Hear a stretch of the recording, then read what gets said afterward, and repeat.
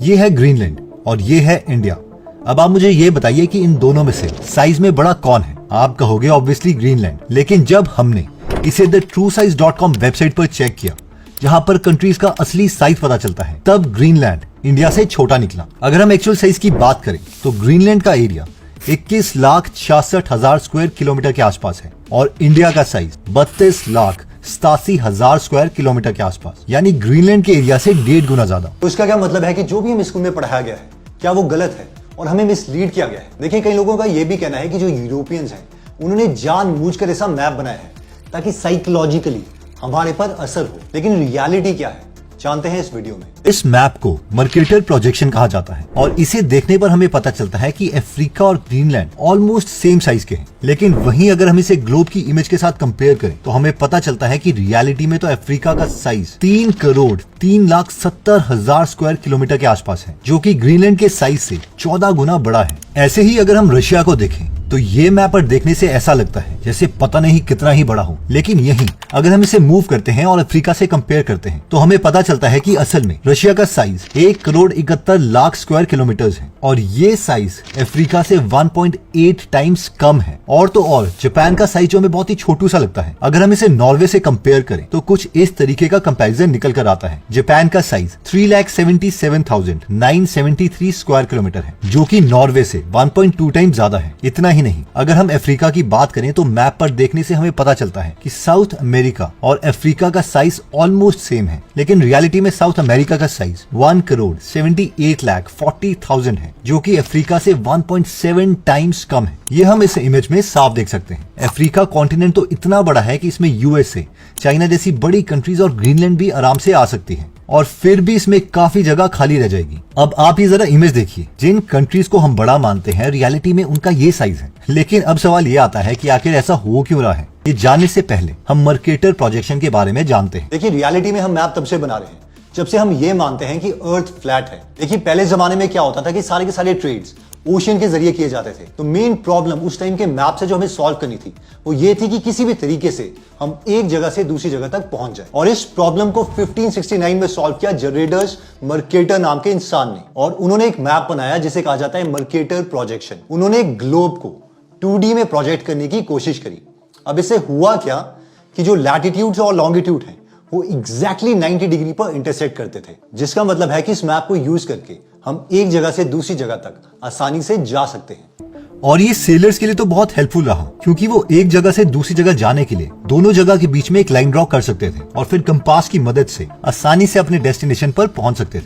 लेकिन अब क्योंकि यहाँ पर जो ग्लोब है उसे फ्लैट सरफेस पे रिप्रेजेंट किया जा रहा है, इसलिए वर्ल्ड मैप परफेक्टली यहाँ पर रिप्रेजेंट नहीं हो सकता। अब क्योंकि ग्लोब फुटबॉल जैसा दिखता है तो हम फुटबॉल पर एक एक्सपेरिमेंट करके समझ सकते हैं। अगर हम इस फुटबॉल को काट कर फ्लैट कर दें तो ये हमें कुछ इस तरीके से दिखाई देगा। अब मैप बनाने के लिए हमें इसे रेक्टेंगल पेज पर प्रोजेक्ट करना है और फिर हमें मैप ऐसा दिखेगा। अब आप इसे ध्यान से देखिए, फुटबॉल काटने पर हमें ब्लैक पेंटागन्स और व्हाइट हेक्सागन्स की शेप और साइज सेम देखने को मिलता है। अब वहीं पर जब हमने इसे रेक्टेंगल मैप पर प्रोजेक्ट किया तो इन दोनों का साइज, पेंटागन और हेक्सागन का, वो दोनों का दोनों चेंज हो गया। यहाँ पर हम साफ देख सकते हैं कि कैसे ऊपर और नीचे ब्लैक हेक्सागन का साइज एकदम फैल चुका है और वहीं पर मिडिल में इन्हीं का साइज थोड़ा छोटा दिख रहा है। एग्जैक्टली ऐसा ही हुआ था जब मर्केटर मैप को एक फ्लैट पेपर के ऊपर प्रोजेक्ट किया गया था। अगर हम एक ग्लोब पर इक्वल साइज के डॉट्स बना दें और फिर उसे मर्केटर मैप पर प्रोजेक्ट करें तो हमें यहाँ डॉट्स का अनइक्वल डिस्ट्रीब्यूशन देखने को मिलेगा। हम देख सकते हैं कि कैसे मिडिल डॉट्स का साइज छोटा हो गया और ऊपर और नीचे के डॉट्स का साइज बड़ा हो गया।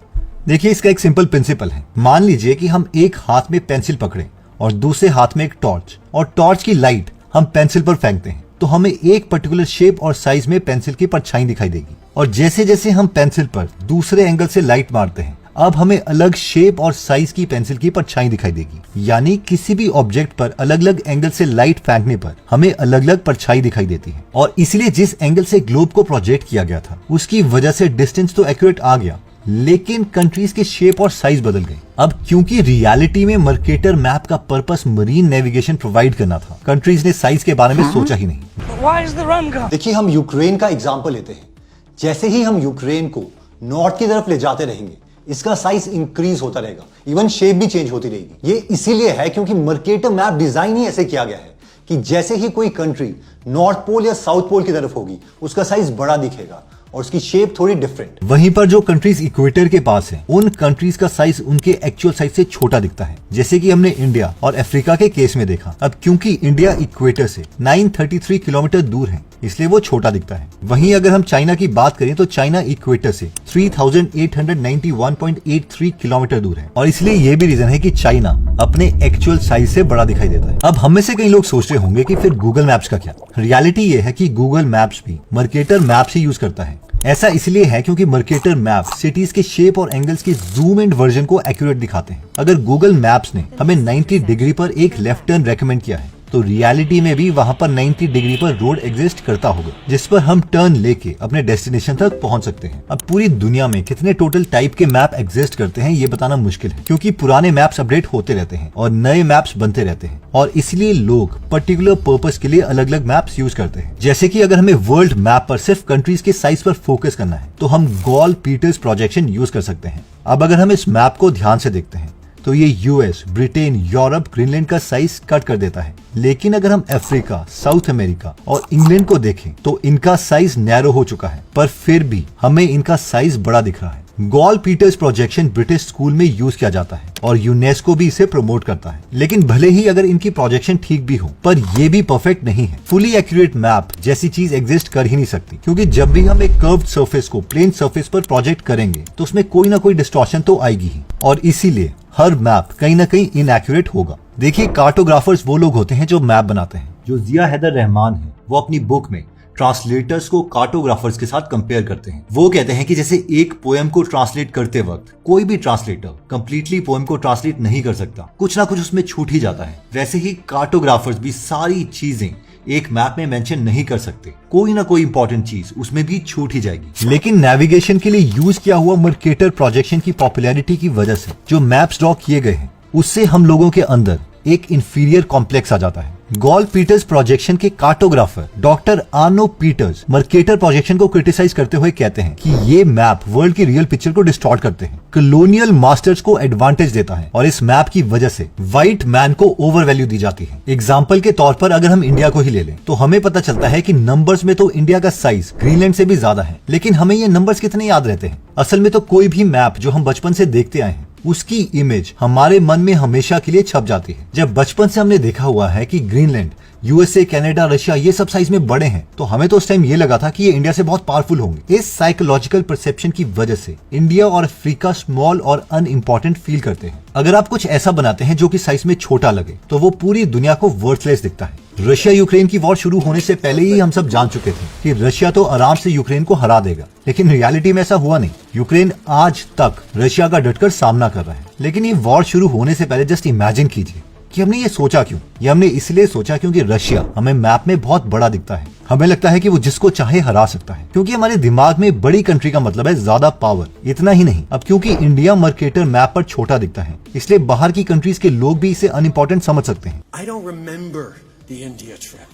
और अनकॉन्शियसली उन्हें यह भी लग सकता है कि अगर यूएसए ने इंडिया पर हमला कर दिया तो वो हमें हरा सकते हैं, जिसकी वजह से हमारी मिलिट्री और ओवरऑल पॉलिटिकल और इकोनॉमिक पावर भी अंडर एस्टिमेट होते हैं। अब आप खुद सोचिए, हमें से कितने लोग इस छोटी सी कंट्री वेटिकन सिटी के बारे में जानते हैं? मुश्किल से 20 या 30% लोग, लेकिन बाकी के 70% लोग तो यूएसए और कनाडा और रशिया जैसी बड़ी कंट्रीज के बारे में जानना चाहते हैं। और ये इन्फ्लुएंस हम पर बचपन से मर्केटर मैप ने किया है। वैसे तो वर्ल्ड मैप को डिस्प्ले करने के दूसरे तरीके भी हैं, जैसे कि अगर वर्ल्ड मैप को पॉपुलेशन के बेसिस पर डिस्प्ले किया जाए तो वो मैप इस तरीके से दिखेगा। इस मैप को कार्टोग्राम्स कहा जाता है। हम देख सकते हैं कि यहाँ पर इंडिया और चाइना सबसे बड़े दिखाई दे रहे हैं, और वहीं इंडोनेशिया पूरे यूरोप से बड़ा दिख रहा है। अब क्योंकि ये मैप पॉपुलेशन के पर्सपेक्टिव से बनाया गया है, इसीलिए हमें इंडिया और चाइना यहाँ पर बड़े दिखाई दिए। और अगर स्कूल में हमें ये बता दिया जाता कि जो मैप हम पढ़ रहे हैं वो मर्केटर मैप है, जिसका पर्पस था डायरेक्शन, ना कि कंट्रीज का एक्चुअल साइज, तो हम कभी कंफ्यूज नहीं होते और साइकोलॉजिकली हम दूसरी कंट्रीज को बड़ा ना मानते, एक्चुअल डेटा पाने की कोशिश करते। क्योंकि कहीं ना कहीं जब भी हम कंट्री का साइज देखते हैं तो वो हमें साइकोलॉजिकली इंपैक्ट करता ही है। इसलिए जब भी हम किसी कंट्री को बड़ा या छोटा माने, पहले हम thetruesize.com वेबसाइट पर जा सकते हैं और वहां पे देख सकते हैं कि एग्जैक्टली कंट्रीज का जो एरिया है वो कितना है और वो विजुअली कैसे दिख रही है। ऐसे ही मर्केटर मैप को सिर्फ नेविगेशन के लिए बनाया गया था।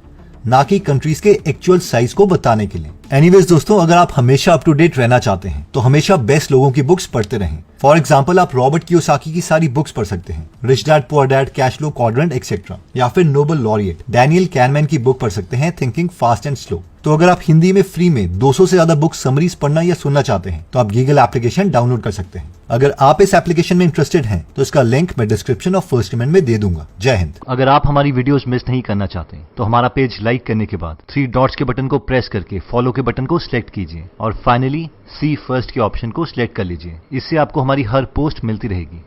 जय हिंद।